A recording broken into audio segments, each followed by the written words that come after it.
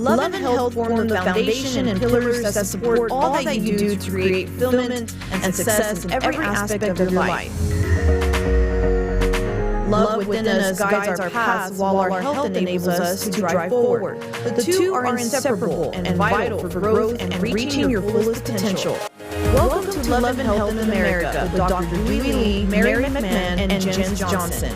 Dr. Lee is an international speaker, author, inventor of the Diamond Matrix, and medical director of Advanced Surgical Arts. Mary McMahon is a certified financial planner professional committed to maximizing your financial success. And Jen Johnson, the Mindset Master, is a best-selling author, speaker, mastermind facilitator, and success mindset coach. They are committed to help you succeed by optimizing your health, finances, and relationships. Please join them and explore all the facets of love and health to achieve and live your abundant life. Here are your hosts, Dr. Doohi Lee, Mary McMahon, and Jen Johnson.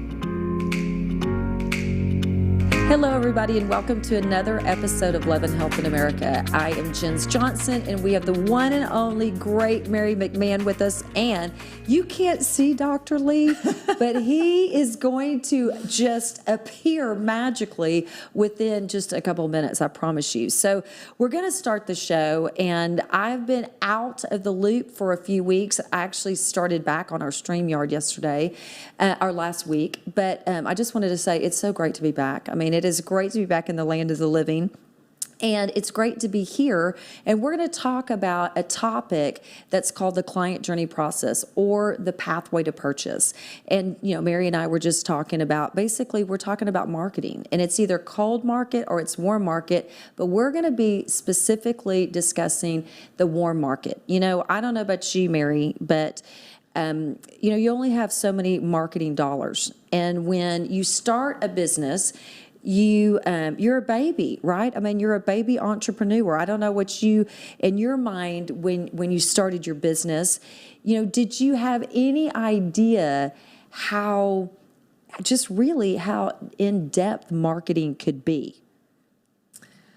I did have a good handle on how in-depth marketing can be. In my particular area of expertise, cold marketing is not a great idea. It's all about warm marketing. Right. And, you know, when I think about marketing, I mean, listen, I don't want to say we're old, but I definitely will say that I'm a little bit older than you know, the group that, you know, grew up with the smartphone in their hand. You know, I can vividly remember when I was in graduate school and the internet had just started. I mean, that's dating myself right there, but the internet had just started. And I was in this class, and the professor said, if you had to contract for your grade. And the only difference between an A in the class and a B in the class was that if to have an A, you had to design and create your own web page. And I can vividly remember thinking, you know, who is going to sit down at this computer and type in www, you know, semicolon, backslash, HTTPS, another, you know, I just said, this is going to be a phase that's not going to hang around very long. I mean, now I did contract for that A, and I had somebody do that website for me, you know, basically just a one-page website. But I really had no idea how the internet was going to take off and change the way everybody did life and how everybody did business. Oh, yes. Oh, yes. And 5G is going to, which is going to be rolling out through the decade, the 2020s, is going to just dwarf the impact of the internet on the economy. So, yeah, buckle up. That's all I can say.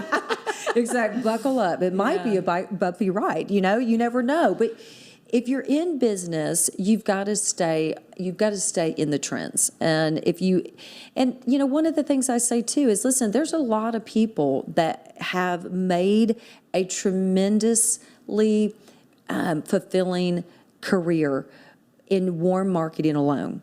So I don't want you to think that we're saying you have to do cold marketing. You make that decision because you know what your budget is. And we're not going to talk about cold marketing because that is not our area of expertise.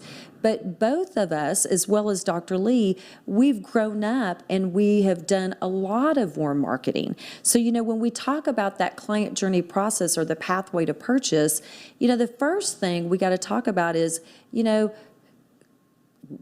is your ideal client? And what I want to know from you, Mary, is when you started this journey, did you know right out of the gate who your ideal client was?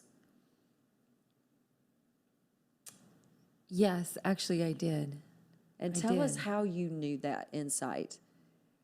Well, it just happened around me, and I was looking around me, and I said to myself, why are people in their 30s coming to me to do financial planning?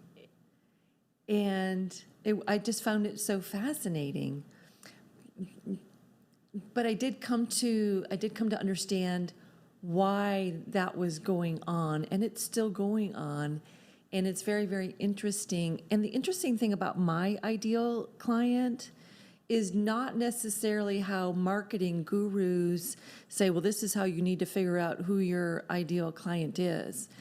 And so the client journey process that I've done with you has been just so absolutely phenomenal in depth and coverage, and who that really is, much deeper than any marketing Well, here's what person I've ever worked with. I love what you just said, because I think this is a very important point, and that is, there's not a cookie cutter process to who you attract. Yeah. And your ideal client really is who's attracted to you.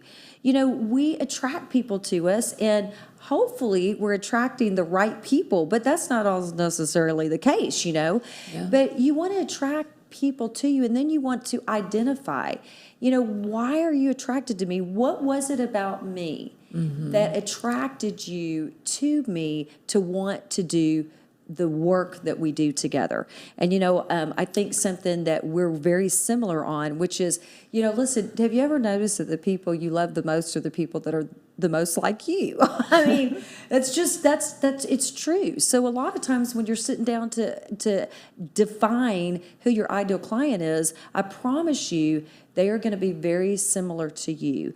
And I'm a heart-centered person. I mean, I genuinely want to help people succeed, live a life of purpose, live a life of fulfillment. To me, it's not about, everybody has a different definition of success. And for me, I genuinely want to help people succeed because of a person-to-person, heart-to-heart relationship. And you're the exact same way. And Dr. Lee is like that. It's one of the reasons why we gelled and we connected. So, learning to kind of go internally and find out, who are you? What do you value? What are the characteristics and qualities that you admire in other people? And it's typically very closely aligned to who you are. Yes, and what I love about your client journey process is that you are very much part of that process. Who are you? And you start pulling that out, and you start realizing, on the surface, not everyone looks like they would be the same kind of client, but when you dig a little bit deeper, they are all the same kind of client. And when I met you, I was immediately attracted to you. For exactly the reasons you just described. You are a heart-centered person. You do want people to be successful. You are so wonderful to work with, and everything that you're about is what I'm about. Oh, yeah. Listen, and, one of the things I tell people all the time is your current clients and your past clients, those are the people that you really do need to go deep with and talk to and find out. Everybody has what's called a unique selling proposition. Although you're a certified financial planner, there are others, not too many. There's no other certified financial planner walking the face of the earth that's like you. And that's right. It's true. So, whether you're a photographer, whether you are, whether you're a physician, whether you're a coach, whether you're a hairdresser, whether you're in makeup, whatever it is that you do, what you want to really get down to is what makes you special. What do you do a little bit differently than other people? And I know one of the things I love about you, because I've worked with you, is you have such a comprehensive approach to what you do. And again, that's very similar to me. I have a very comprehensive approach because I understand there's more than one aspect of a person. Yes. And, as you've gone along this journey, how long have you been in business? Me? Uh-huh. Well, I've worked since age 16, starting with 2 jobs. In my financial world, I actually was in the fashion industry. I used the fashion industry to put myself through school, and then I had career dreams in that industry. 10 years out of college, I moved over to finance because I was born with this passion for finance, and I found an opportunity that I just stumbled onto an opportunity that I didn't know how to do, and I said, well, I want to do that. and I asked the person for a job, and I sure did. So I've been in the financial world for 23 years, and I was a wholesaler in the financial world for 10 years. And then in 2008, I started to create a retail financial planning practice. And and I've had my firm on an independent basis for 5 years now. I'm in my 6th year. Yeah, I told you that Dr. Lee was just going to magically appear, and he and there did. he is. See him? You see him? Yeah, there he is. Joe's got to make sure he's got the camera right. But so, Dr. Lee, we are discussing the client journey process, or the pathway to purchase, and really just, not everybody has the budget to spend in cold marketing. Not everybody has the budget, and we're talking tens of thousands of dollars. When you more than that. I mean, exactly. When you really get into the world of cold marketing, and here to kind of back up, not everybody can even serve the capacity of leads and clients that can come through cold marketing. Exactly. So we said, look, we're not going to talk about cold marketing today. We're going to talk about warm market. And we're going to talk about, really, do you know who your ideal client is? Because that's everything. That's where it That's starts. everything. So, just with your own personal experience, how has that process been for you to identify who likes you, who loves you, why do they come to you, and has it been, So I bribe them. because if we don't have clients, then our business doesn't progress. Right. So for you, where have you found, again, warm market? Where have you found your ideal client the most effectively? It's really interesting. I'm kind of going through that now. In the past, when you first start a practice, you're like in the wide open ocean, floundering, trying to figure out, how do I get anybody to come in? Hang up a shingle, and maybe somebody will notice. You make some phone calls to doctors and say, hey, I'm here, please send me some patients. So that's kind of how everybody really starts. And now with the internet marketing, the true cold marketing now is the Google ads. You're literally throwing it up and hoping somebody will click on it and like your page and hopefully call in.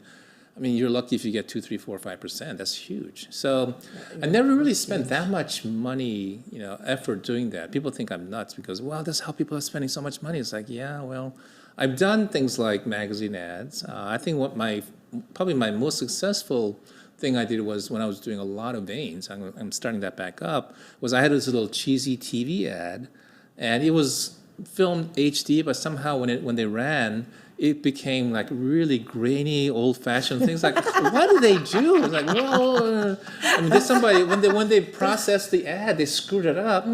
But somehow the message still came through, and people always forget this tagline that my patient said, "I'm free thanks to Dr. Lee." It's like everybody remember that. It's like, it's so cute, right? So it became my tagline. I'm pain free thanks to Dr. Lee.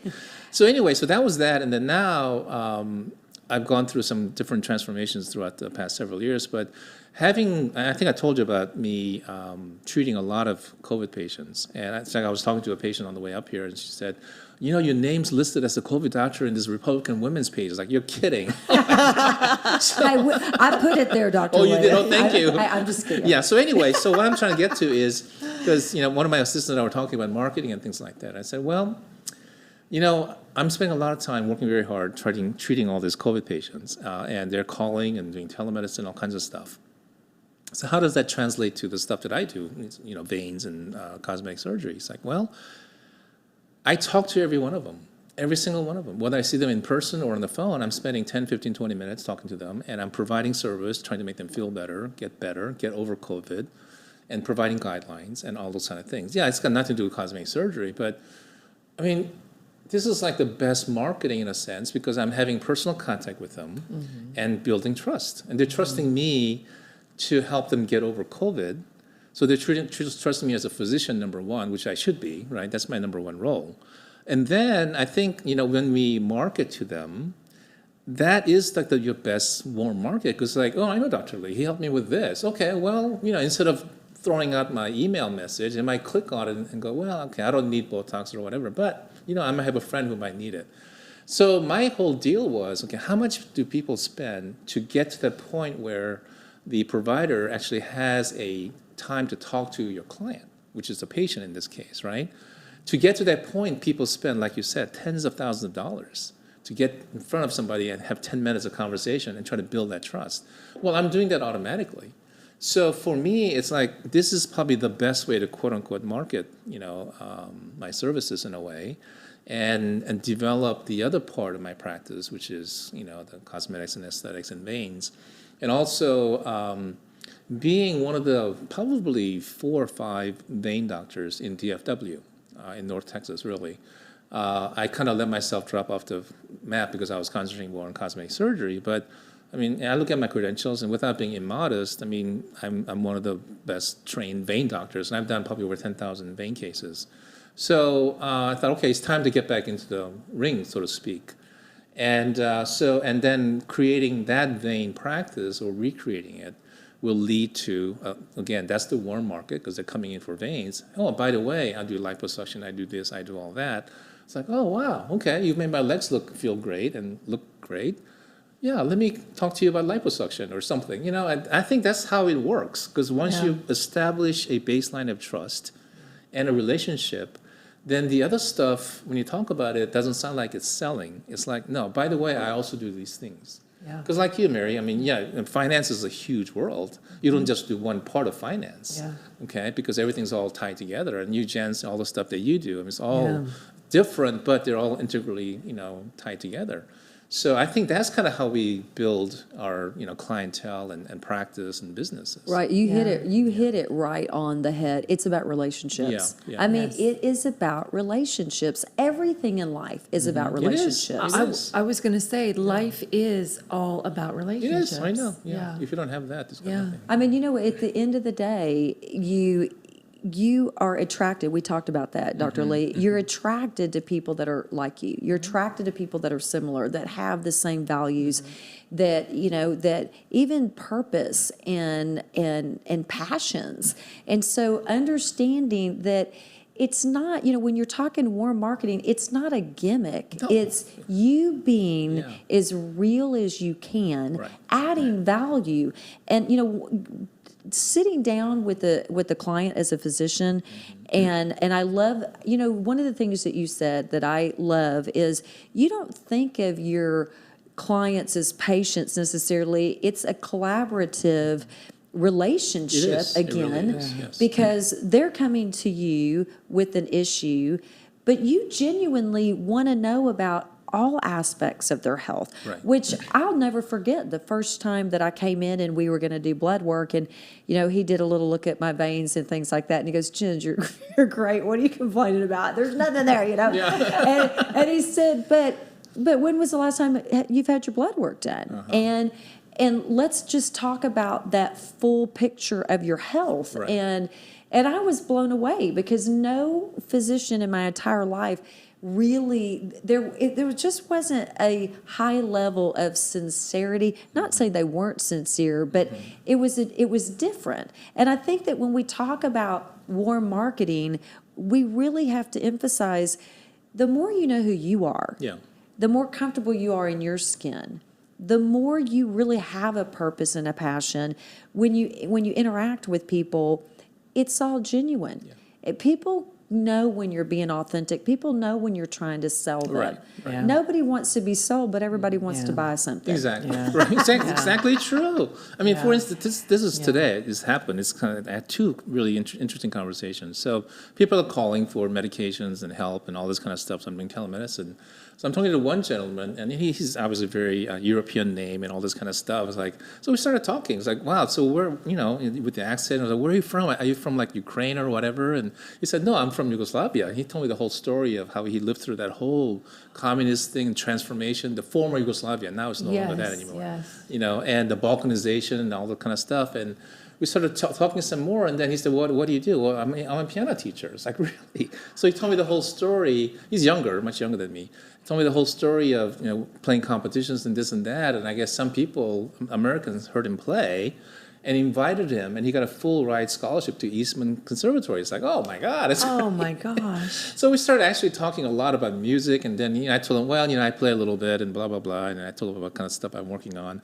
But there was that connection. I mean, obviously he came to me, for some medical stuff, but there was a relationship all of a sudden built up because obviously he's a musician, so am I, and not to his level obviously, but there's a common bond of love of the arts and something that we do for passion. And that was really interesting. So it was much longer consult than I intended because I had so many other people lined up. But it was very enjoyable. But that's a real relationship. I mean, I can call him, probably a month later and say, hey, remember me? And maybe I can go and play for him or do something. And I'm sure he'll say, yeah, come on over. We'll have a different kind of relationship that way. But it's that's kind of how things build. That makes everything more relaxed, and I think the bond that happens between a patient and a doctor, gets cemented even more because there's that personal connection a lot more than just you have a problem, here's a prescription, see you later. I mean, But not all physicians even have a desire to have a personal relationship like that. I mean, they just don't. I mean, and I don't know what it is. I think it's because I do have a background in healthcare that every one of my physicians I do have develop a personal relationship with because I just I'm used to working with them. I worked for a hospital system for so many years, and so I'm used to being in that environment. But that's one of the things, and I know we've discussed a lot, but the world in which we live in right now, it's imperative that you have personal relationships with physicians because healthcare is being politicized, and it's not going to go away. That's something that's here to stay. So regardless what your industry that you're in, you really have to, I believe. I don't know about you two. I know you probably agree with this, but you have to build deeper relationships with your clients. Well, physicians are human beings just like anybody else.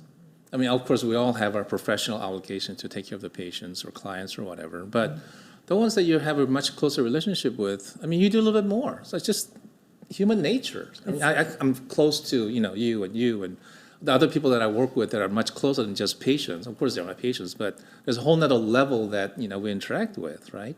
So when they call or text me, it's like, well, these are my friends calling. It's not like my patients. Yeah, they're my patients. Exactly. But it's like my patients, my friends are calling. So, of course, that level of interaction and involvement and the kind of things that you would do as a human being to the other is very different. It's a lot more than just a professional, answering the phone call and taking care of things. And you said something too I think is really important, and you talked about giving value and going above and beyond. Sure. And that's one thing that when I first met Mary, we met via eWomen Network. So listen, networking groups. If you're looking at warm marketing, networking groups is a fabulous place. And I was actually the executive managing director over eWomen Network. And Mary, you gave every month, and I'm sure you still do that. You would give and you would give and you would give. Every month when we had our meeting, you brought something for the charity. And and what you start to realize is when you're a giving person and you see someone else giving of their time, giving of their resource, giving of their knowledge, giving of their wisdom, and you're a giver, you're attracted to that. So you have to examine as well, what are you portraying? Are your actions consistent with who you really are? And you are extremely consistent. What you do, your actions align with what you believe, how you run your business, how you live your life, and yours as well, Dr. Lee. And I think sometimes as professionals, yes, there's a separation between your professional life and your personal life, but it's also blended because you're authentic. Because people are people. And we're human beings, and the very nature of being human. Who's got a phone available? I have a phone. Okay. So we don't interact with people via this, although there's a generation of people who think that you do. You actually use this to facilitate your human interaction with human beings, because that's how we're made. That's how we're wired. Right. It's interesting. We're much more satisfied in life when we get to be who we want to be, doing what we want to do, who we want to do it with, how we want to do it, and when we want to do it. Yeah, Hey, that's the whole reason to do financial planning. Exactly. Here's the thing is, I remember, my whole life, I'm the type of person that nobody has to wake me up to go to work. And then when I worked at a W-2 job, I was excited to go to work. I mean, I love working. I get a lot of fulfillment out of that. But, when you do have a W-2 job, you might not like all the people that you work with. And I remember when I left that world and I went in, I call it corporate America and fun America, because I think being an entrepreneur is fun America. I think, because... Well, if it works, it's fine. If not, then it's, oh my God, what am I doing here? Hey, listen, Dr. Lee, everything I do works, okay? Or I'm not going to do it.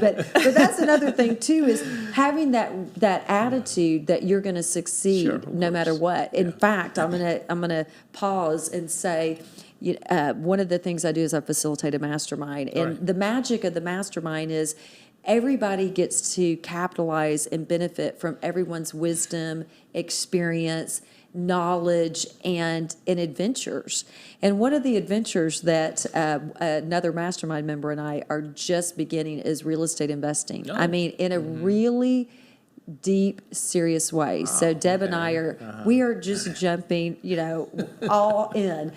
And we were actually on a 2-hour marketing meeting, which was interesting because it was all cold marketing. And man, the science behind that and the depth, I mean, it's just incredible. It's mind-boggling. It It is mind-boggling.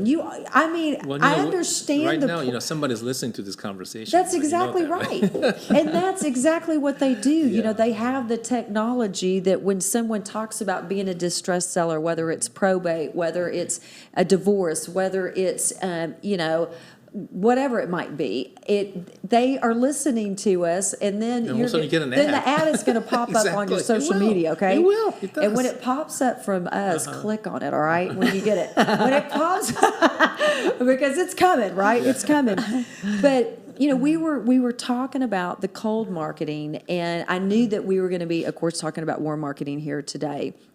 But one of the things this lady said, the coach, she made a statement about just the process and how it can be overwhelming because it's a lot of information.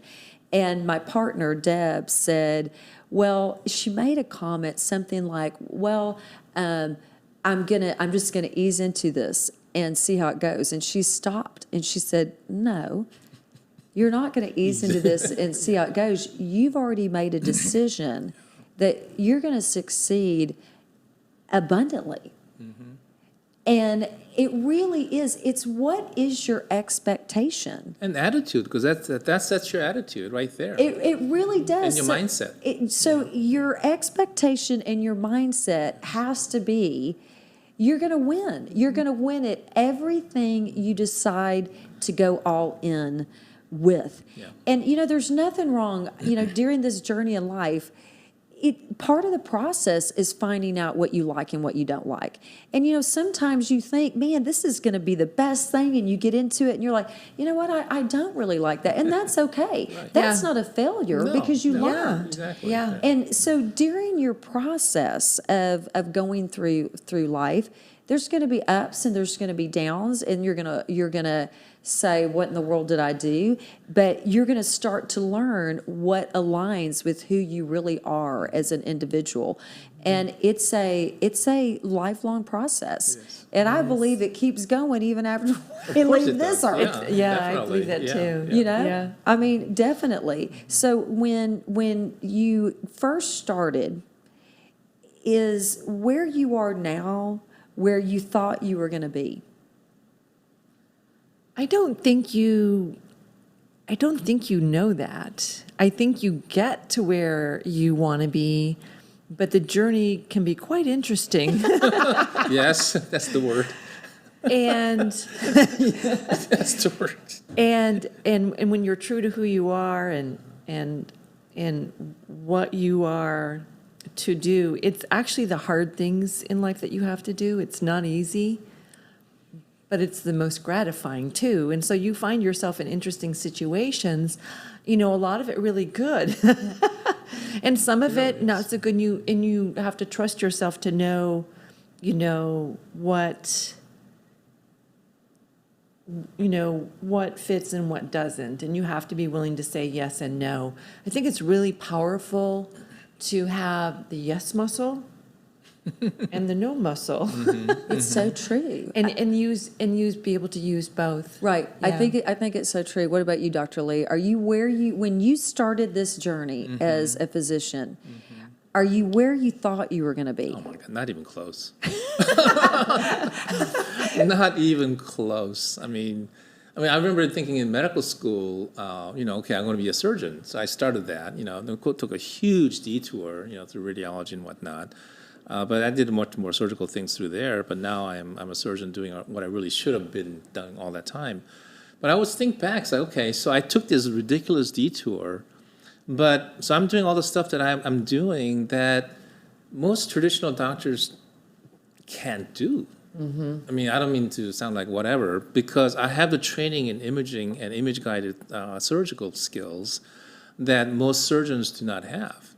And I have surgical skills that most radiologists do not have. So I can do things that these people really don't have an interest maybe, or not able to, because I can combine the technologies and techniques that I've developed over the years in these two areas and be able to fuse that. And that area is actually in pain medicine. I've been doing this sort of microscopic pain management for years, and started in 2003. And I just kind of fell into it. And that's a combination really of my surgery, thinking like a surgeon, but also thinking like a imager to figure out, okay, if I want to do this, how can I approach it? How can I see it? Being able to fuse that together. So I've been treating patients who live with severe chronic pain for years and years and nobody can diagnose, and I have special techniques to do that. So that something came out of nowhere because I was able to have these really weird experiences. And now I am able to really, I'm working my butt off. This whole COVID treatment thing is heartbreaking because I'm not seeing many of my other colleagues jumping in doing this because we need that. At the same time, I'm having a great time because I'm treating so many people every day, and I think I'm hopefully positively impacting their lives and making them feel better. You 100% are. Well, I hope so. And then also at the same time as I'm giving them the prescriptions and whatnot, I'm teaching them about what they're going through and why I'm doing certain things. I talked about the supplements and how I designed it and why they work. So I want to make sure they understand why they need to take it. Because if you don't understand it, they're going to say, I don't need to take it anymore. Yeah. But I want them to understand that. So I'm teaching, I'm healing, and all the other stuff. I'm still doing some aesthetic and cosmetic stuff as well, of course. That's my main work. But so I'm kind of, we talked about way back when, what are you? What are the areas, that kind of define you, right? So I'm kind of living my idea of definition of, what I am, healer and a teacher and I guess an artist from the aesthetic perspective. And so it's like I took a huge detour but somehow I'm actually doing, I think, what really I feel like this is me. And these are the words that I would use to describe myself, and I'm kind of living it. Yeah, we evolve. Yes, And, exactly. and I think that's obviously in 30, 35, 40 minutes, we can't go deep into the entire pathway to purchase or your client journey process. I really wanted us to focus on step number one, and that is learning who you are. And learning who you attract because of who you are, and understanding that, listen, you have to be open in life because life goes up and down. You have to have that mindset that success really does happen in action. Success happens with other people, and success happens in decades.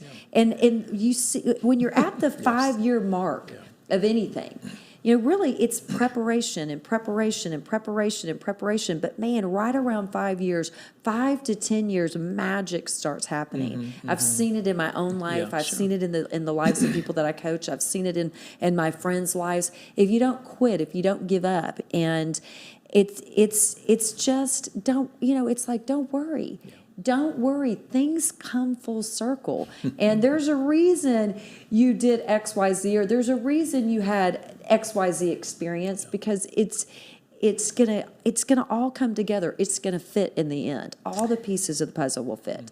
And, what you were talking about, everything you did actually brought you to where you are today. So that's the beautiful thing about life is if you do what you're meant to do and you have the courage to go ahead, even when you think you're deviating from the path, you actually never did deviate from the path. I guess not. You actually, you created your own path. Yeah, And- exactly. Yeah. And we're all unique. Yeah. And we all have our own path. And if you stay true to that, you're going to meet great people. That's how I met both of you. And one success is going to build on the other. Something that you might consider as a failure actually is going to teach you even more sometimes. Oh, absolutely. Of course, And not being successful at something is okay. And everything you do, it's like building blocks. Exactly. Yeah. Exactly. It really is having that right mindset to realize, hey, listen, life is a journey, and life is about learning, and life is about relationships. And regardless where you are right now in your life journey, you are going to be okay. And just letting go of that fear. And listen, we're living in a time right now where there's a lot of fear. And we need to have faith. And so if somebody is interested in getting deeper in your client journey process, let us know. I will be happy to help you. But, before we close, I just, what is any personal or business advice that you can give somebody that potentially might feel like they're struggling in this area of their business? Mary? In the marketing area? Yes. I say talk with Jens Johnson about this client journey process. Hey, I'll mean, pay you seriously. afterwards, Mary. I did. I mean, you didn't pay me to say this either. Maybe I should have asked. Maybe, in retrospect, after the fact. No, what I really loved about your client journey process, it was unlike any other marketing process I went through, because the marketing process is actually so far removed from relationship. And I think that was something that I was always like, okay, but people don't want to be treated this way. Right, exactly. Yeah, people, people don't want to be touched this way. When I say touched, I mean like inspired. Right. It's okay. Touching is allowed. As long as it's real, genuine I just touching, wanted not the weird, creepy stuff. Right, exactly. I just wanted to put that in there. Yeah. But I was really, and it was such a comfortable, enjoyable process. I really loved it. Because everybody needs help in this area. If yes. if you're in business, especially if COVID's been a hard time, It and has. some people haven't been as blessed or as fortunate during this process. And a lot of people are struggling, and so we don't want you to give up. We want you to have hope. But what about you, Dr. Lee? I mean, what's some piece of advice, whether it's personal advice or professional advice, for people struggling in the area of marketing? Just reflecting on what I've done over the past year and a half, because I started treating COVID patients back in February of last year when I first started. I think, biggest lesson that I'm going through recently is allowing yourself to be open and available and giving. Because when I I literally, this whole thing started with 2 sentences that I wrote on this Mask Dallas page somewhere. I've been following that for quite a while, and people are struggling and struggling. I could just feel the anguish in all these posts. Like, people are, I need help. Who do I call? Nobody was coming up with anybody. I was like, oh my God, this is unbelievable. So I wrote literally 2 sentences saying, I've been doing this since last year. And that just blew everything up. And I thought, okay, do I really want to do this? Because if I click send, I mean, who knows what's going to happen? I'm busy enough as it is, but do I really want this? I said, no, they need help. I mean, I'm able to help because I think the philosophies of people who are needing help and my philosophies lined up. So I am willing to get out there and do that. So I think jumping in and giving and taking the risk of who knows what's going to happen.